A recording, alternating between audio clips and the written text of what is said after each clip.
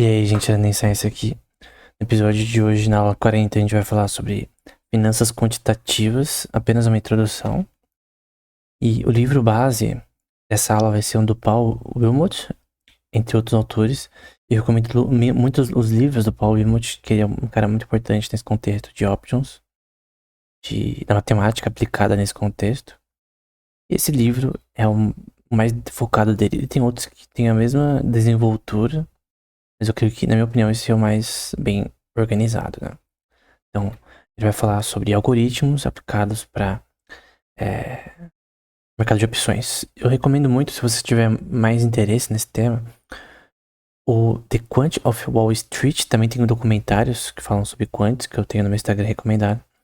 Mas aqui é um mangá coreano, né, que a gente chama de manhwa, que fala uma história meio que verdadeira de um quant, né, uma pessoa que faz algoritmos que trabalha nesse mercado. Como é o começo dessa pessoa, o cara começou programando jogos, depois fazendo um bot, né, para jogos, depois ele começou a ver que ele poderia aplicar o que ele aprendeu de programação no mercado financeiro, enfim. Ele é basicamente um quant, né. Bom, o básico, né, com relação, por exemplo, a lucro de opções. Lembrando que as páginas normalmente vão estar aqui embaixo do livro.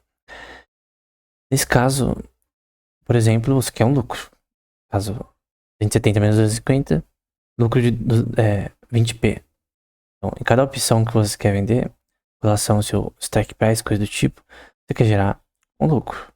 Então, você tem o lucro no exercício dessa opção, que tem um tempo de maturação, pode ser 30 dias, 10 dias, 5 dias, 1 dia, se for day trade, né? O custo da opção.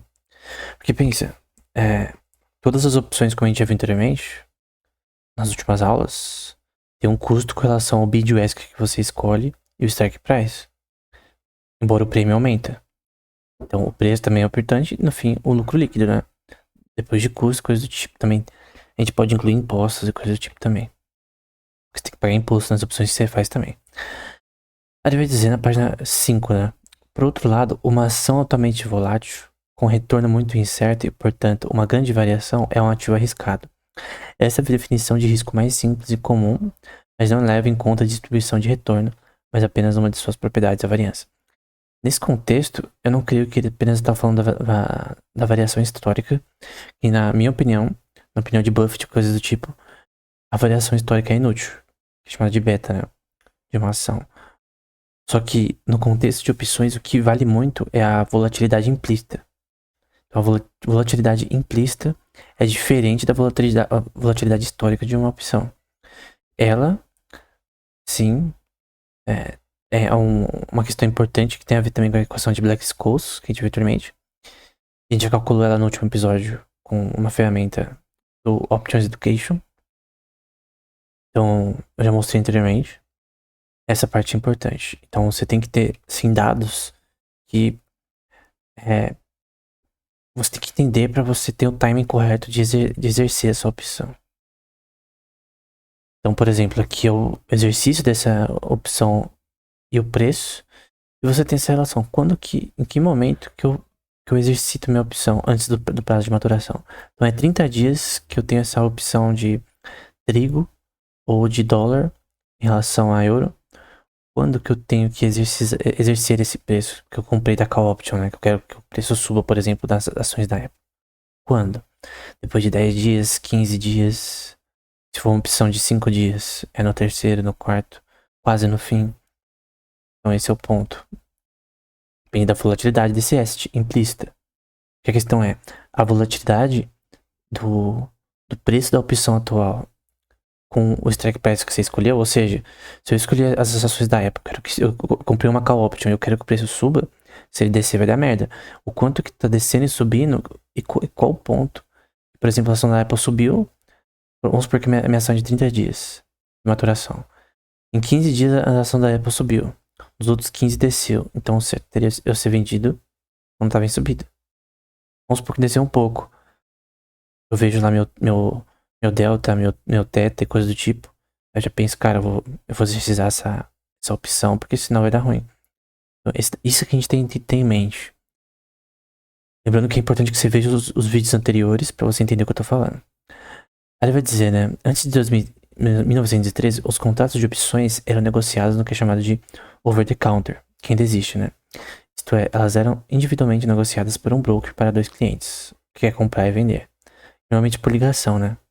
Com papel e coisa do tipo, mas normalmente com ligação, posteriormente, né? Muitas opções são registradas e ratificadas por uma clearing house. Essa instituição central, que tem a ver com broker, né? É também responsável por coletar a margem de opções de venda, writer, né? Essa margem é a soma de dinheiro que é segurada pela clearing house no lugar do writer. Então a pessoa que vai vender uma call option, ela tem que ter uma relação de prazo com relação a,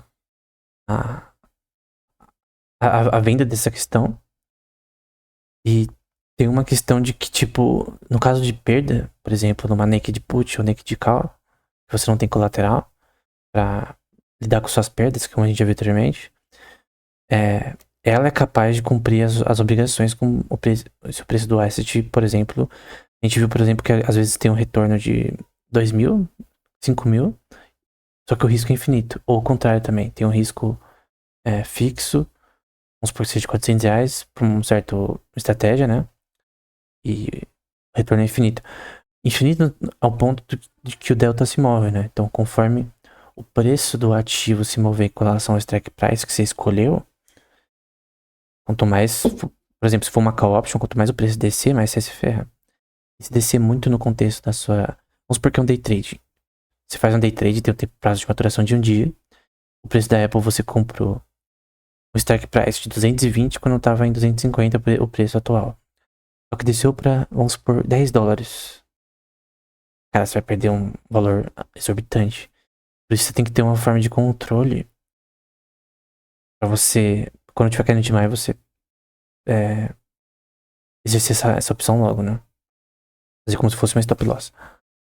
Então, por que alguém vende uma option? Porque tem, como a gente viu como funciona anteriormente, né? Os writers de opções de compra estão, na verdade, assumindo uma posição curta nesse asset e esperam que o seu valor caia no contexto, por exemplo, depende do contexto, né? Por exemplo, quando alguém compra uma call e depois vende ela com o mesmo strike price, ou na verdade com diferente. Então, alguém vende uma opção numa call, por exemplo, ela pensa que vai cair, e quando vende uma put que vai subir. Então tem esse contexto. Se um formador de mercado puder vender uma opção por mais do que ela vale, e evitar, que é nesse contexto chamado de hedging, todo o risco pelo resto da vida da opção, ele terá garantido um lucro. Que é chamado de risk-free rate, né? Então, lucro garantido de livre de risco. Então, normalmente, por exemplo, eu posso ter ações da Apple que eu seguro.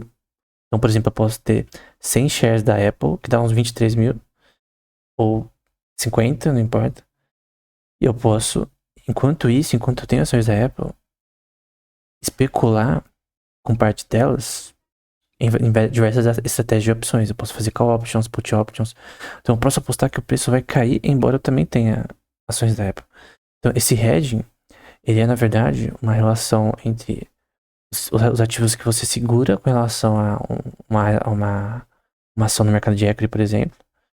Você detém, você comprou e especulações que você pode fazer com parte desse capital. Então, ele vai dizer, por exemplo, que uma American Option. Uma American Option é aquela que pode ser exercida a qualquer momento antes do vencimento. Ou seja, daqui a 15 dias, 30 dias, não importa com relação ao tempo do contrato, né? Se for de 5 dias, você pode exercer a qualquer momento. As opções acima descritas, que só poderão ser exercidas no vencimento, são chamadas de European Options, né? Então, normalmente a gente tá falando mais no contexto das Américas, né? Então, no caso das Europeans, né, europeias, você tem um prazo fixo em relação à maturação. Eu prefiro a América nesse contexto, né? E aí ele fala sobre o que é chamado Discount Future Value, né? Lembra que esse T é de tempo atual versus anterior.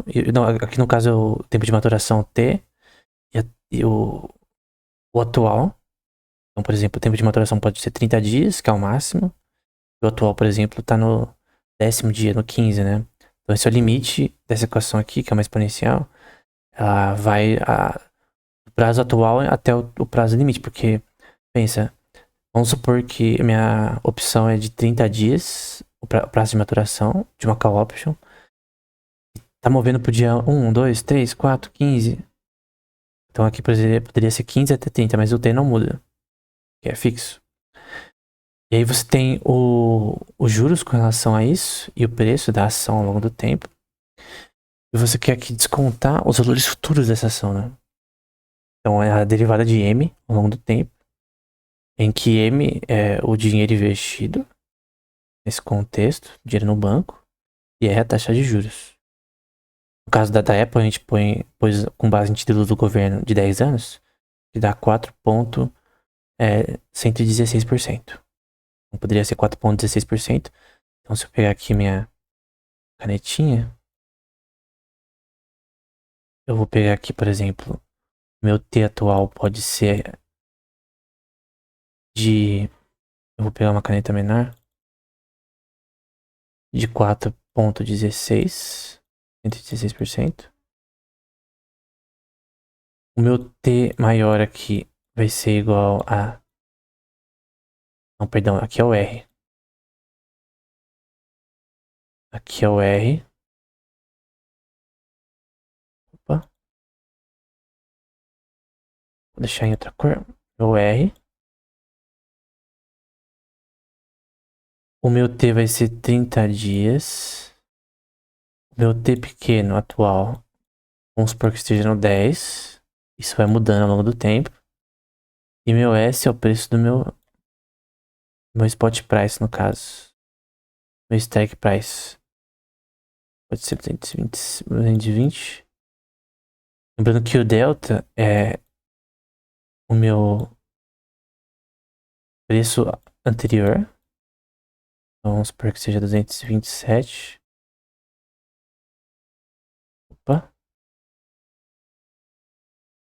Por, no caso, o strike price, que é 220. Essa é a diferença. A gente vai ver posteriormente. Mas basicamente, isso aqui é basicamente uma exponencial que contém a integral que representa a soma com relação a esse contexto temporal, né, ao longo do tempo. Então, basicamente é isso. Essa é a questão que eles falam bastante, né? Se os preços das ações seguem um Randall Walk ou Brownian Motion, e se o preço das ações é randômico. Eu creio que não. Essa é a minha visão, com base em Complexo Economics, que eu vou falar posteriormente mais. Mas eu creio pessoalmente, e com base até na estrutura de como a economia funciona. Isso aqui é uma das questões basilares de como a economia funciona, que não pode seguir um Underwalk. Então tem vezes que as ações sobem porque simplesmente teve uma questão, por exemplo, uma notícia de que tal empresa, por exemplo, hoje, vamos ter uma conversa com relação à DeepSeek, né? Então da DeepSeek, vou colocar aqui Deep, eu até fiz um vídeo já, acho que é 2Z, mas vamos supor que seja 2P. A DeepSeek com relação à ferramenta de inteligência artificial deles, né? Que em alguns aspectos supera, alguns aspectos, né? Não todos, supera as da OpenAI. E várias ações de várias empresas do mercado de equity caíram. Mas a razão que caiu foi uma notícia de um paper recente com relação a esse tema. Eu já fiz um vídeo no canal. E não tem nada a ver com domicidade. Então, por mais que eu concordo que o preço de ações é caótico, é não linear, e na teoria do caos ele está englobado nesse contexto, não é randômico. Não pode ser descrito dessa forma. Embora, entre aspas, seja. Que, por exemplo, outra equação é chamada algo que é chamado de put-call parity, né, ou paridade de put-calls. Então você tem aqui o preço da ação, S, mais um put menos um call. Isso vai ser igual a essa exponencial, que vai dar a taxa de juros em relação, por exemplo, a. Vai ser essa exponencial R, que vai ser 4,16% nesse contexto. E aí pode ser 30 menos 15, por exemplo. Ou menos 10. Depende do dia, né? Porque se tem pequena muda. Então, no geral, vertical parity. O Itu-lema, ele tem a ver com o contexto da equação Black-Scholes. Isso aqui não é difícil por incrível que pareça. Tem muitas partes desse livro que obviamente são muito mais difíceis. Isso aqui é basicamente uma relação da equação de Black-Scholes. Que no caso, nesse caso é derivada do Itolema, né? Que tem um contexto aí em cálculo. Esse sigma é de volatilidade. Esse V aqui, ele é do preço atual da ação, pode ser 226, por exemplo. Vamos supor que eu tenho uma volatilidade de, vou pôr aqui embaixo, 0,27%. E aqui vai ser o preço da meu strike price, que pode ser 225. Isso daqui muda, tá? Eu coloquei aqui 225, mas como isso daqui muda constantemente, então eu vou deixar como está. Vou mudar de cor aqui. Então você tem a derivada com relação ao preço atual da ação. Então aqui é o preço atual. E como isso daqui é ao longo do tempo, esses valores vão mudar continuamente, tá? Então não pense daqui como um valor estático. Então não vou como um valor estático. Mas num certo tempo pode ser 225, 226, assim sucessivamente. Baixar também. Então esse daqui é o preço atual, vamos supor que seja 226. Em um certo segundo, né? Em certas frações de segundo. E vamos supor que o meu strike price, no momento, foi 220. Só que esse strike price é meio que fixo no meu contexto, né? Porque o strike price não muda, né? O que você escolhe. Seja uma call ou um put. E aí você tem isso daí em relação a x mais 1000, que é uma constante, que vai ser aplicada nesse mesmo contexto. Depois você tem a volatilidade ao quadrado.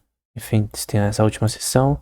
E o questão derivada do preço da ação ao longo do tempo.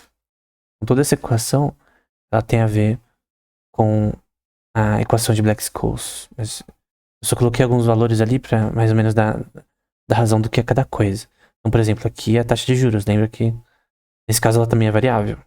Ela não é fixa 4,16%. Ela pode variar para outros valores continuamente ao longo do tempo. Então aqui é o preço da ação. Vamos supor que em um certo momento é 226 só para colocar os nomes nos bois. Ao longo do tempo T, esse T vai até o tempo da maturação completa. Por isso que eles colocaram lá como a integral. Opa. Deixa eu pôr de novo que nem eles colocaram ali. A integral de T pequeno até T grande. No caso, é o tempo que pode ser 15 dias. E aqui o tempo máximo, que é 30, pode ser, por exemplo. Vamos supor que seja 30. E assim sucessivamente. Então esse S sempre vai ser seu strike price. Sempre. Esse R sempre vai ser a taxa de juros atual para esse tipo de ação. E esse V sempre vai ser o preço atual da ação. Todos esses valores, eles mudam constantemente. E quando você tem coisas que você quer calcular mudanças continuamente ao longo do tempo, não só ao longo do tempo, mas ao longo de cada coisa, porque, por exemplo, esse daqui é basicamente o delta. É o quanto o preço da minha ação atual. Então, deixa eu mudar de cor aqui. Quanto o preço da minha ação atual. No caso, pode ser esse valor aqui, mas pode mudar continuamente. Vamos supor que seja esse agora. Muda em relação ao meu strike price que eu escolhi. Então, essa derivada, ela vê essa relação continuamente. Com esses dois outros pontos nessa parte. Mas, basicamente, o básico é isso. A parte de código é mais fácil de entender. Aqui você tem, por exemplo... Então aqui a gente vai ver todos os Greeks já. Então eu vou pegar aqui outra caneta. Bom, o delta é o mais básico. E a gente já viu aqui anteriormente. Que é essa relação aqui. É o preço atual em relação ao strike price que você escolheu. Bem simples. É o option price e a relação com o strike price. O gama, ele é literalmente a segunda derivada do delta. Então isso daqui serve para você medir a mudança do delta. Então, esse é o delta, primeira derivada, segunda derivada, em relação a essa mudança. Na segunda derivada, você consegue entender a mudança do delta continuamente, ao longo do tempo. O θ, ele é diferente porque você vê que a variável aqui é o t, que é de tempo. Vamos supor que seja de 30 dias, o quanto a volatilidade aqui, a mudança na minha ação, o V, lembra que é de ação, então a minha ação da Apple, ela vale, por exemplo, 226 num certo dado momento. Vamos supor que o meu strike price, ele foi... como não muda, né? Vamos supor que o meu strike price foi de 220. E vamos supor que nessa mudança aqui do θ, que é chamada de time decay, vamos supor que ele caiu, agora eu vou colocar em vermelho, esse valor. Vamos supor que caiu para 200. Ou seja, eu comprei por 220. Estava em 226. Esse foi meu strike price, né? E obviamente eu paguei um premium com relação a isso. Quanto mais cair, mais eu fico na merda se for uma call option. Se for uma put option, eu vou ter que comprar, na verdade, uma strike price maior.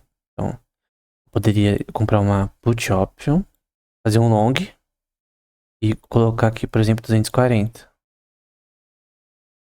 Nesse caso, se o preço da minha ação ele subir, eu penso que as ações da Apple vai cair nesse caso. Subir, por exemplo, para 250. O original era 226. Eu tô lascado. Então, esse θ depende se você usa put e call, depende de diferentes contextos, diversas estratégias, né? Esse é o ponto. O Vega, ele é a minha relação com o preço da ação em si. Eu vou pegar aqui um amarelinho. O preço da ação em si e a volatilidade. O exposure de volatilidade. E você tem que ter, por exemplo, também de volatilidade implícita com relação a esse asset. E minha volatilidade implícita não é histórica. Esse é o principal ponto. A histórica não é tão relevante, embora seja relevante no contexto do livro que a gente está usando como base. Mas eu pessoalmente não acho interessante. E aí eu vou colocar um de verde.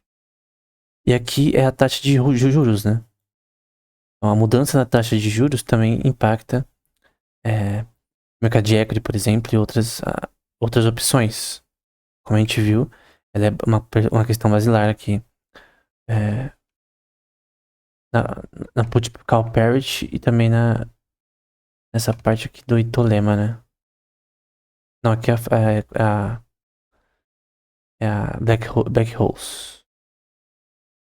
E ela tem uma relação com dividendos também. Então, o primeiro é com relação ao preço da ação em relação ao strike price que você escolheu. O segundo é a segunda derivada com relação ao delta. O terceiro é o quanto mudou o preço da minha ação ao longo do tempo, que isso impacta nos ganhos da sua opção. O Vega é a relação da volatilidade com relação à mudança contínua ao longo do meu tempo de maturação, né? Pode ser um mês, por exemplo, 2 meses, não importa. A gente viu anteriormente, quanto mais meses você colocar a sua opção para frente, né? Mais caro é. E aqui é a questão de taxa de juros. Tem outros aqui que são menos citados, que é o Volga, que é a segunda derivada do Vega. Então, o Vega é o preço da ação atual e volatilidade, que está mudando continuamente, né? Só que a segunda derivada disso. Então, quanto o meu Vega mudou, embora a relação de você escolher uma opção, na minha opinião, ela é com base em dados. Então, se você faz um swing trade pensando que as ações da Apple vai cair, ou que as ações da Nvidia vai cair, você tem que entender a razão. Então, eu não criei análise técnica para isso. Principalmente opções, eu creio que você tem que fazer uma análise fundamental, na verdade. Opções te dá leverage. Mas não, eu creio que a visão de especulação não te faz não te faz obrigado a confiar em technical análise, né? O VANA é a mudança do Vega em relação ao spot price ou da mudança no delta da volatilidade, né? Então, a segunda derivada aqui com relação ao preço da ação. E aqui a derivada do meu spot price. Então você tem aqui essa questão de... Vou pegar aqui minha cor de novo. Do strike price e da volatilidade juntos, nesse contexto. E o charm é a segunda derivada também do preço da ação. Só que as variáveis mudam, né? Porque você tem aqui o spot price e também uma derivada aqui ao longo do tempo. No caso, é a mudança do delta ao longo do tempo. Do delta, né? Não só do preço da ação em si. Então é o delta com a questão do tempo adicionado. Mas normalmente os principais são esses daqui. Normalmente na maioria das ferramentas, aplicativos e coisas do tipo para calcular os GRICs, né? Isso é importante. Algo relevante. Isso daqui, eu creio que é de fato importante para options. Então, eu não acredito na Black-Scholes Equation para questões de escolha de ações, coisas do tipo, ou previsões nesse contexto. Mas eu creio que essa visão de você entender esses dados continuamente ao longo do tempo são importantes, sim, você deve ver. Até para um cara que é da escola austríaca, que vale o investing, eu creio que o contexto de opções aqui é relevante. Tudo isso. Time decay, esse tipo de coisas. Seu delta. Outro ponto é o desconto de dividendos, né? Então aqui você tem a relação do preço da ação menos a mudança com relação a relação do strike price e dividendos. O que são dividendos? São pagamentos que são semestrais com relação ao mercado de equity. E como você paga dividendos por ter ações, por exemplo, da Apple ou da Microsoft, não importa, você tem que também ter essa relação, porque até em livros desse termo, nesse contexto que a gente citou anteriormente, que é o do Nathanberg, o Option Price and Volatility, ele fala dessa questão sendo muito importante. Então a adição que você tem aqui é essa parte aqui, ó. Especialmente essa que eu vou deixar em vermelho. Então você tem aqui sua taxa de juros, o que muda continuamente, eu vou colocar aqui só uma ilusória. O seu nível de dividendos atual, vamos supor que seja 0,25. E aqui continua a mesma coisa, é a derivada do market price da sua ação e o strike price. Então vamos supor que aqui, isso aqui muda ao longo do tempo, tá? Sempre entenda isso. Vamos supor que seja 126. Aqui 220 no Macau Option. No caso, você tem essa relação entre os dois. Continuamente de mudança, né? O pagamento de dividendos, desconto com relação a eles. Né? Então, no geral, é basicamente isso que muda. E aí, você tem essa questão que você quer maximizar em relação ao seu lucro esperado, probabilístico, né? Com relação à mudança dos preços do seu strike. Em relação à sua escolha de strike price que maximiza seus lucros, né? Então, qual é o strike price? Há um certo BDS que mede que maximiza seus lucros, né? É como a gente já viu anteriormente, por exemplo. Esse é o delta. Então é dV por ds. O gama é o dV por ds segunda derivada. O θ é o preço da ação, né? Que é o dV. A mudança no preço da ação em relação à mudança temporal. O alfa a gente não viu aqui, né? O vega, aqui o vega eu vou ter que voltar. É dV por d sigma. Eu vou até pôr de outra cor. dV, que é o vega. Por d sigma, que é a volatilidade. Deixa eu arrumar esse sigma, tá? Faz tempo que eu não Não escrevo grego. Na teologia a gente aprende. Vamos supor que esse sigma deu certo. Só sigma assim quadrado eu vou até tirar. Deixa eu ver se eu consigo tirar essa parte. Lembrando que esse sigma é volatilidade e o rho é pela taxa de juros, né? Desse ativo. Então eu vou pôr até outra cor aqui também. Põe em verde. Então esse rho aqui é a mudança em relação ao V ou S. Ao preço atual, que constantemente muda, em relação ao R, que é a taxa de juros. Muda continuamente. Então esses são esses chamados Greeks, né?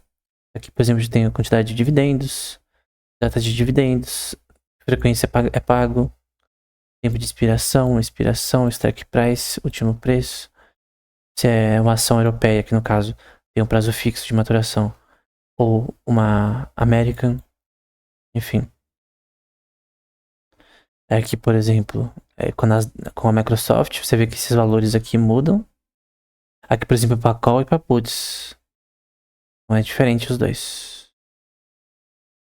Aqui, por exemplo, aqui a gente viu anteriormente, então tem aqui o preço da ação, o strike price, então aqui poderia ser o V, aqui o S. Então eu quero saber o V por S. Basicamente você quer saber, no caso, esse por esse ao longo do tempo, né? Então vamos supor que em certo momento é 220. Mas esse valor muda constantemente, tá? Então a certo momento esse daqui, a um certo momento pode ser 225 por 210 e assim sucessivamente. Volatilidade, yield de dividendos, risk-free rate, interest rate, né? A taxa de juros. Aqui no caso é o resultado que a gente viu anteriormente, no contexto da Vex Close, que é a equação que a gente viu anteriormente. E aqui é para uma americana da Apple. Então, aqui é o preço da ação no geral, teórico, e a volatilidade implícita. Existem vários tipos de ações que eles discutem no livro, né? Como Asian Options, Binary Options, que são opções binárias. O que eu não recomendo, porque normalmente os brokers desse tema aqui, eles são... eles criam um sistema de software que, na verdade, é falso, né? Por trás ali. Não tem ganho de verdade. Barrier Options, Lookback Options, Chooser Options, Basket Options. Tem vários tipos de opções diferentes que a gente não viu. Mas são chamadas de exóticas, né? Eu não recomendo. Pelo menos pessoalmente. Ok, agora a gente vai para a questão do código de Python em relação a essas equações, né? Então, essa é a equação tradicional que a gente já viu anteriormente. Lembrando que esse CDF é uma distribuição cumulativa. Na parte de Python é só você... Acho que se não me engano é CDF. Aí você põe NP, alguma coisa assim, já consegue pôr a parte de código. É bem simples. Você fazer um CDF, um PDF também que questões de probabilidade aí. Em Python é muito, muito fácil de você usar, né? Talvez a gente possa ver na prática posteriormente. Você vê, por exemplo, aqui o strike price. Então aqui a gente tem o logaritmo do meu strike price. Na verdade é o spot price, né? Que é o preço da ação pelo strike price, que nesse caso vai ser K. E assim sucessivamente, com a taxa de juros, que a gente vê aqui, volatilidade. A gente já viu anteriormente, né? Essa equação em si, então, está usando NumPy aqui, que é uma library muito conhecida. Então, vamos lá. Esse D1, ele está fazendo aqui o logaritmo de S por K em relação ao preço da ação em relação ao seu strike price, mais aí você vê aqui a taxa de juros mais sigma ao quadrado dividido por 2. Então é R sigma ao quadrado dividido por 2. Eu vou separar por cor. E fica mais fácil de perceber qual que é qual. Então, essa parte aqui. Essa parte aqui. E essa outra aqui. Vou tentar separar por cor. Essa parte aqui. Tem mais aqui também, mas eu vou focar só na parte da equação. E aí, continuando na parte em roxo. Tem aqui embaixo essa divisão. Tem T aqui também. Vezes T aqui, no caso. Isso daqui é tudo dividido, né? Vou fazer assim. Por sigma ao quadrado, né? Que é esse sigma. E para você fazer um square root, né? Que é a raiz quadrada. Tem esse que é RT no NumPy, né? Então é a raiz quadrada de T. Então sigma vezes a raiz quadrada de T. Por isso que tá aqui na frente, né? Então eu vou pôr... Opa. O sigma. E a raiz quadrada de T. O sigma é essa parte aqui. Depois com variável, né? Obviamente. E aí aqui em cima, por exemplo, tá aqui, ó. Tem variáveis em cima desse código. Do S, pro K, pro T, pro R, enfim. Essas aqui são variáveis que tem esse valor. Vai ser imputado. E esse T2 é o T1 menos sigma da raiz quadrada de T. Uma parte de código por equação, né? Então, prática é isso. Então você tem a equação aqui D1, que é essa parte aqui, e o D2, que é essa parte aqui. Simples, né?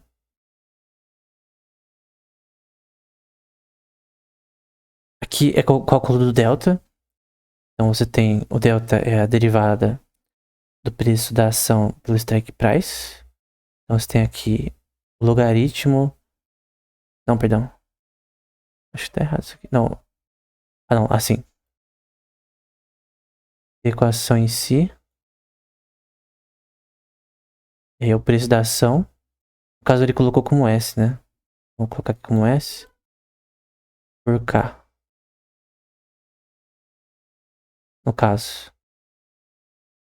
Só que nesse contexto tá aplicando dessa forma, né? Desse método. Aqui é o gama.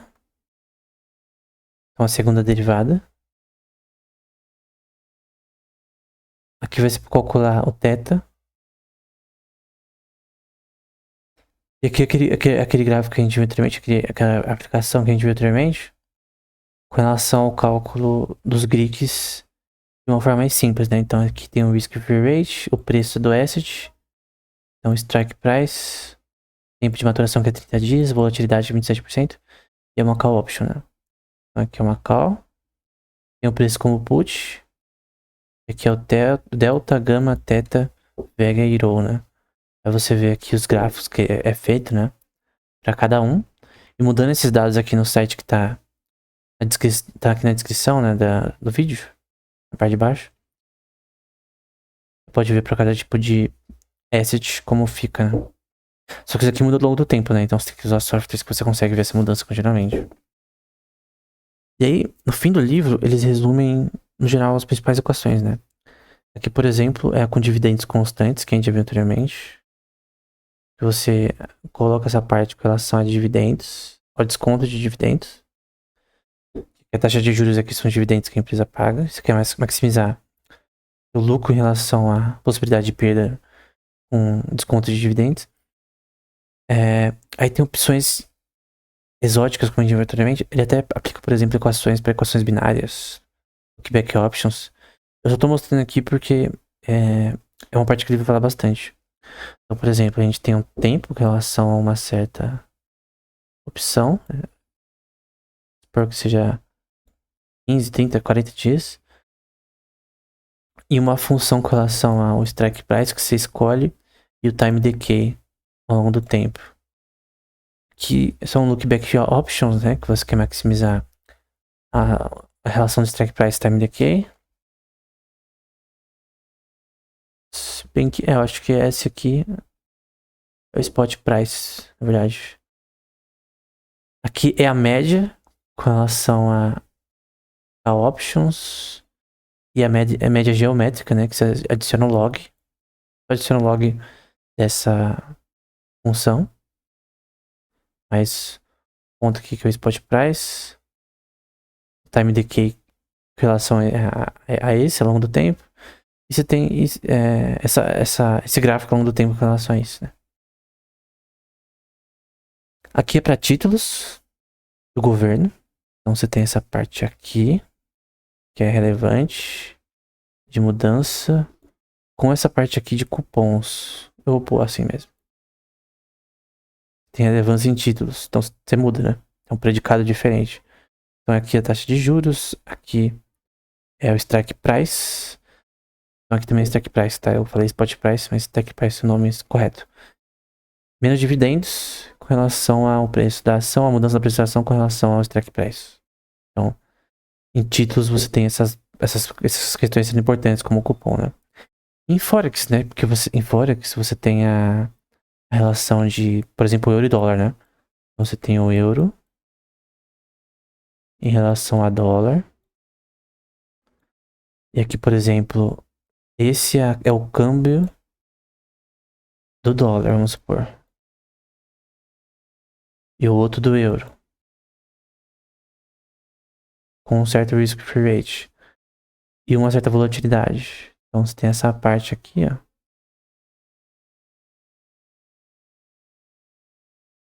Em que você tem um R aqui, que na verdade é o preço atual. Em relação a isso. Com relação à questão de taxa de câmbio. Então, é diferente. Você vê que em vez do strike price, tem uma relação de taxa de câmbio aqui que é escolhida. Bom, para terminar, quero falar sobre um tema de um paper que eu gosto muito, que me impactou muito, que é o do Jacob Schwartz, amigo do David Finkelstein, que é um químico, químico não, um matemático. Tem implicações aí no começo da teoria sobre buracos negros com o Roger Penrose, né? O Roger Penrose cita no artigo dele que originou esse tema, que fez ele ganhar o prêmio Nobel, um artigo do David Finkelstein, que de novo era amigo do Jacob Schwartz. Porque o Jacob Schwartz era um matemático. Então esse cara era um matemático. E ele nesse paper ele fala sobre a perniciosa influência da matemática na ciência. Que é um contraste com o paper de Eugênio Wigner, então do Wigner, que ele fala sobre um paper chamado a influência, acho que não sei se é o termo, mas é a boa influência da matemática na ciência. Ele exalta, por exemplo, como a equação de Newton da gravidade funcionou, a relação das suas leis, a relatividade, blá blá blá. Só que aqui o Schwartz ele tenta argumentar, e ele também já escreveu sobre matemática na economia, sobre como em vários contextos alguém pode usar a linguagem da matemática, porque a linguagem é uma linguagem, para falar algo que é incorreto. E você tem que concordar que uma pessoa pode falar algo incorreto matematicamente, em que parece, na verdade, correto. Até por questões do teorema da incompletude de Gödel, enfim.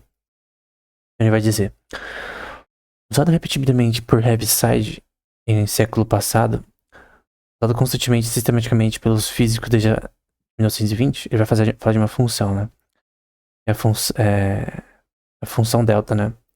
Esta função permaneceu para os matemáticos uma monstruosidade, um exemplo divertido da ingenuidade dos físicos, até que se percebeu que essa função não era literalmente uma função, mas uma função generalizada. Ele fala da delta function, né? Que vai de 0 até 1, é uma integral de 0 até 1. Ele fala que essa função é inútil. Então, tem coisas na matemática, por exemplo, a equação de Fischer que a gente viu em na parte sobre Rothbard, do livro do Rothbard. Tem equações que elas não estão erradas. Elas só não tem a função que as pessoas de fato dizem.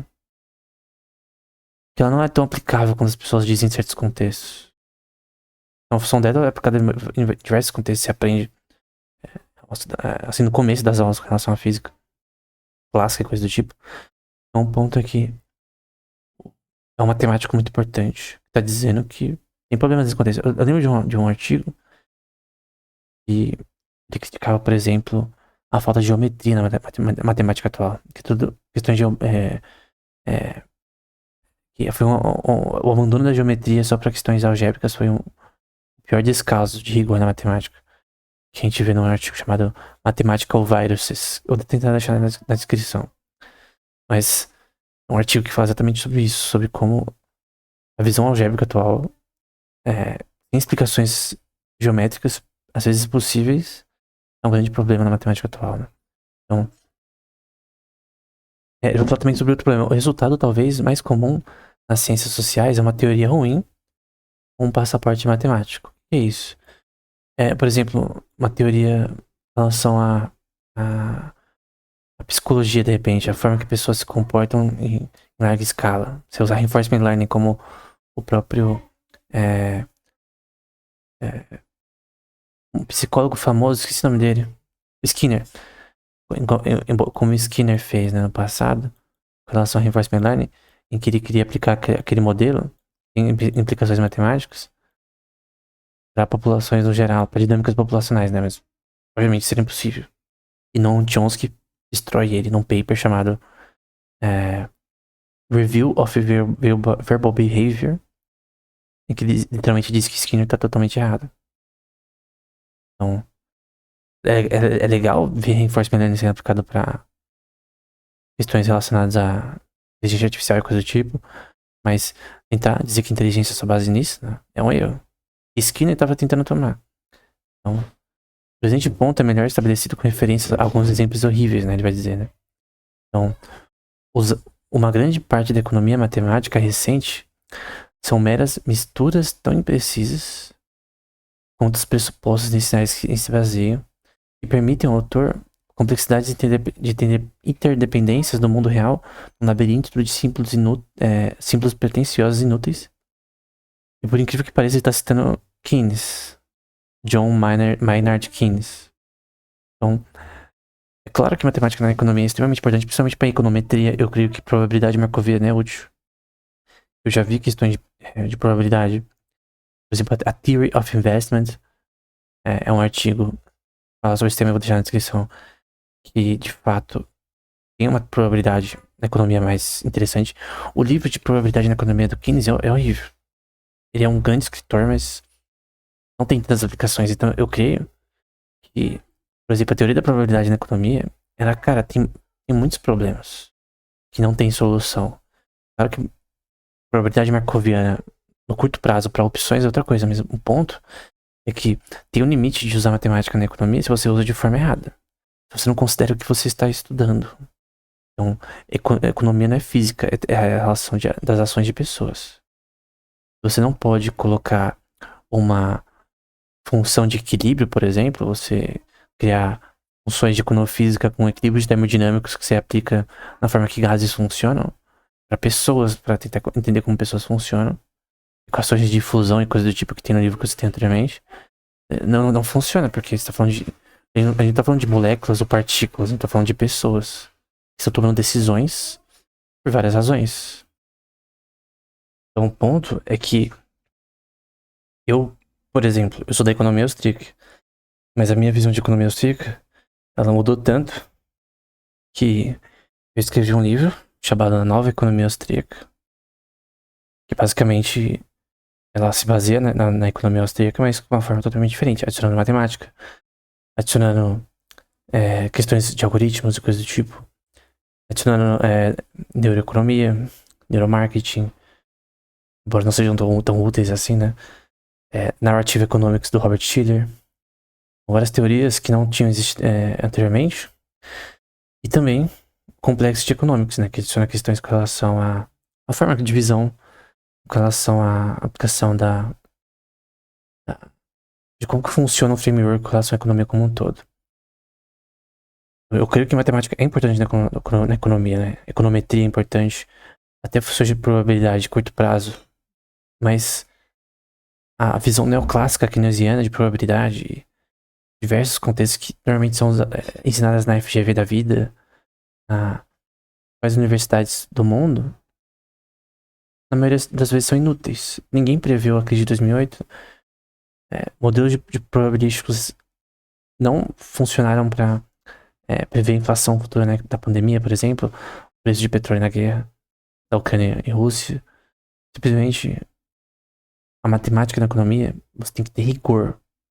Só que para você ter rigor, você tem que conhecer seu predicado. Então, a matemática é uma linguagem. Você adequa a linguagem ao que você está estudando. Se é física, é física. Se é partículas, é partículas.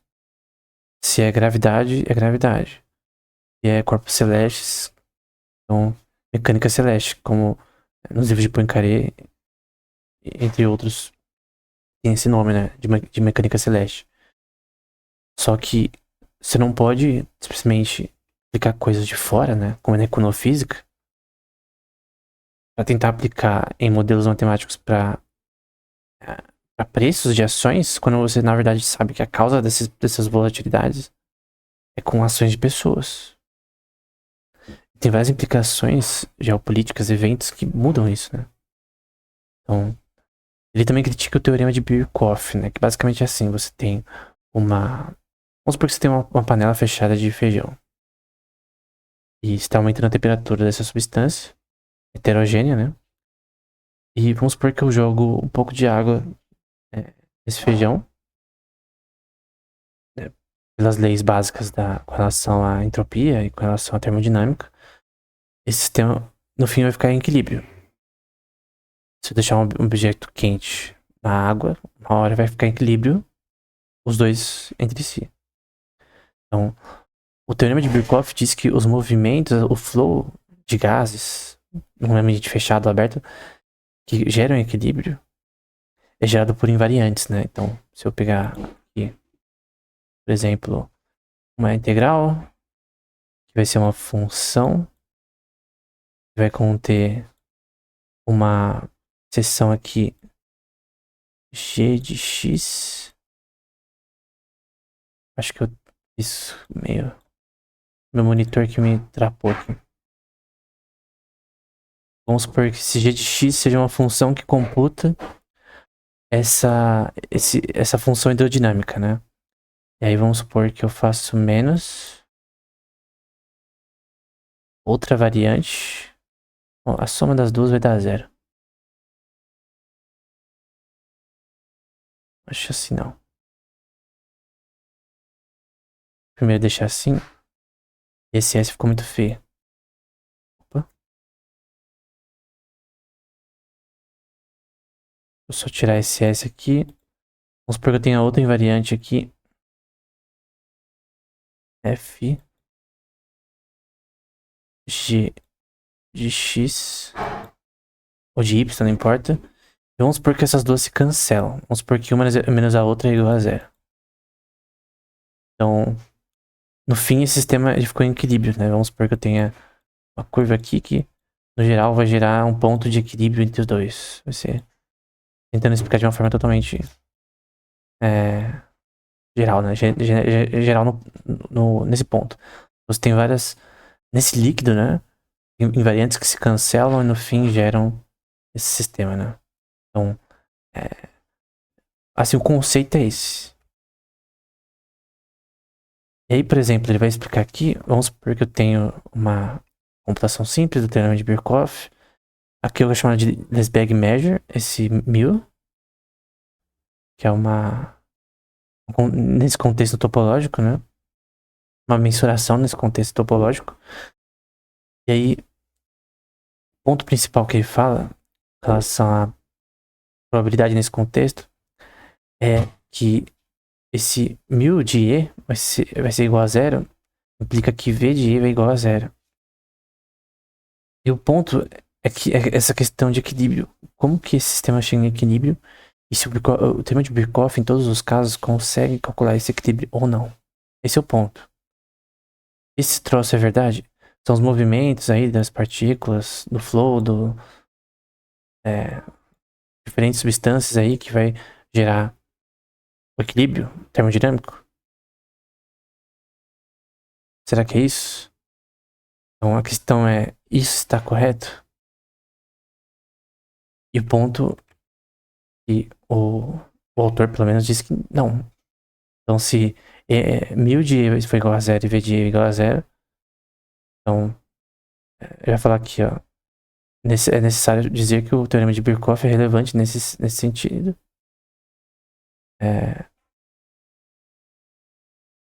E que nós vamos achar essa função de equilíbrio, FP. E o que é contrário a esse teorema, e eu não sei se é verdade, porque isso não foi provado, tá? Então, de repente, o teorema de Birkhoff tá certo, mas o ponto é que tem um teorema contra o de Birkhoff, que é o teorema Kahn. E eu não sei exatamente se ele ganha. Eu já li alguns artigos que falam, que eu aprendi sobre esse tema, né? Com relação à contra-teoria ergódica, que dizem que, na verdade, os movimentos com relação ao equilíbrio que é gerado, por exemplo, numa panela, tá fazendo feijão, e no fim, aquele sistema que eu ponho água gelada fica em equilíbrio, uma gelatina, não importa. A questão básica de equilíbrio termodinâmico, na verdade, é feito por funções quase periódicas, né? Movimentos quase periódicos. Ou seja, tem seções aqui que criam espaços que não geram esse flow dinâmico aí em relação, por exemplo, a um gás que está com outro gás ali de diferentes regiões. Se você junta os dois, no final, gera um equilíbrio termodinâmico de temperatura entre os dois. Na verdade, tem questões quase periódicas nessa movimentação, seja em líquidos ou em gases. Tá? Especialmente esse aqui em líquidos, creio eu. Então, o ponto é Birkhoff, um tem que estar certo ou os dois errados. Birkhoff tá certo ou o teorema Kahn, que é de Kolmogorov e Arnold Moser, né? Os caras que inventaram isso daqui. Então, são movimentos quase periódicos ou são o flow da substância, como ele funciona, a hidrodinâmica desse contexto que gera equilíbrio. Eu não sei. Então, você vê como explicar, por exemplo, eu jogar água quente na gelada e o equilíbrio que vai ser gerado. Ou segue o teorema Kahn ou o de Birkhoff. Depende. Tem questões de pressão, viscosidade, várias coisas que também são envolvidas aqui. Mas o ponto é qual que tá certo. Ambos usam métodos matemáticos, mas um deles tem que estar errado. Ou os dois. Ou de repente os dois são certos. Eu acho difícil. Ele fala também sobre a teoria quântica, né? A estrutura da matemática dos operadores do espaço de Hilbert, né? Por exemplo, o Hilbert Space tem a soma de todos os estados quânticos do sistema, né? Que normalmente se representa em matrizes, né? Funções de densidade probabilística. E nas transformações unitárias é suficientemente clara, assim como as certas características da interpretação dessa matemática para fornecer afirmações físicas, né? Você não consegue, pela incerteza de Heisenberg, saber o momentum e a posição da partícula, né? Acho que o momento é P. Porém, eu não consigo saber os dois ao mesmo tempo. Porém, você consegue fazer funções probabilísticas de densidade, né? Você consegue, no geral, ter uma representação boa sobre esse sistema. Só que, por exemplo, essa questão de usar questões matriciais com relação a esse sistema é correto? Por quê? Será que tem uma forma melhor? Então, essa é a visão dele. Não é que tá errado. A questão é como eu posso provar que algo representa esse sistema o melhor possível, né? Então, mas a questão mais ampla aqui é uma elaboração sistemática da imagem do mundo que a teoria quântica proporciona, ainda está sem resposta. Ele fala de questões filosóficas, eu não acho, mas também aqui o formalismo matemático pode estar tanto escondendo como revelando coisas, né? Tanto esconder como revelar. Esse é o teorema da incompletude de Gödel, né? Tem a ver com Gödel aí também. Então, você consegue dizer mentiras e verdades com a linguagem da matemática. Então, mesmo você usando um sistema de axiomas que seja correto, seja consistente, né? Você pode falar uma proposição que é contraditória. Então, você pode gerar proposições contraditórias na matemática e ainda assim estar tecnicamente certo. Na letra você está certo, mas na prática não. Então, é o teorema da completude de Gödel. Eu creio que tem tudo a ver com o que ele está falando aqui. Enfim, o ponto mais importante, na minha opinião, para você fazer options, é você entender as flutuações de cada commodity. Por exemplo, aqui é um preço histórico de um ano de ouro. Aqui no caso de prata, você vê que tem mais shorts do que longs. as pessoas mais apostaram que ia cair do que ia subir. Que ser um pouquinho mais long do que short pra Paládio. Depois ali nesses meses aqui de novembro pra janeiro de short, que ia cair, né? Mini Nasdaq aqui, que são índices, né? Você vê mais shorts. Esse tipo de coisa é a principal, porque você tem que entender questões sazonais e questões particulares de cada commodity e as flutuações dela ao longo do tempo. Então, se tem tendências do arroz cair no fim do ano e subir na virada de ano, tivesse commodities que fazem isso, então sempre haverá oportunidade nesse contexto. Embora tem livros que eu já li que falam que existe um mito, né, de você investir na virada do ano. Só que esse mito, às vezes, não seja um mito. O que move a economia são as ações de pessoas. Se as pessoas acham que isso dá certo, no fim vai mover pra cima. Ações, commodities no fim do ano. E, não importa o que as pessoas fazem na prática. Mas no geral, esse daqui foi só um pequeno resumo sobre esse tema. Eu comento muito o livro do Paul Wilmot. E eu conheci ele num documentário sobre quants, né? E aí eu fui ver se ele tinha livros escritos, né? E, eu vi que tinha e realmente é muito bom. Então, recomendo muito o livro dele e era isso. Até o próximo episódio.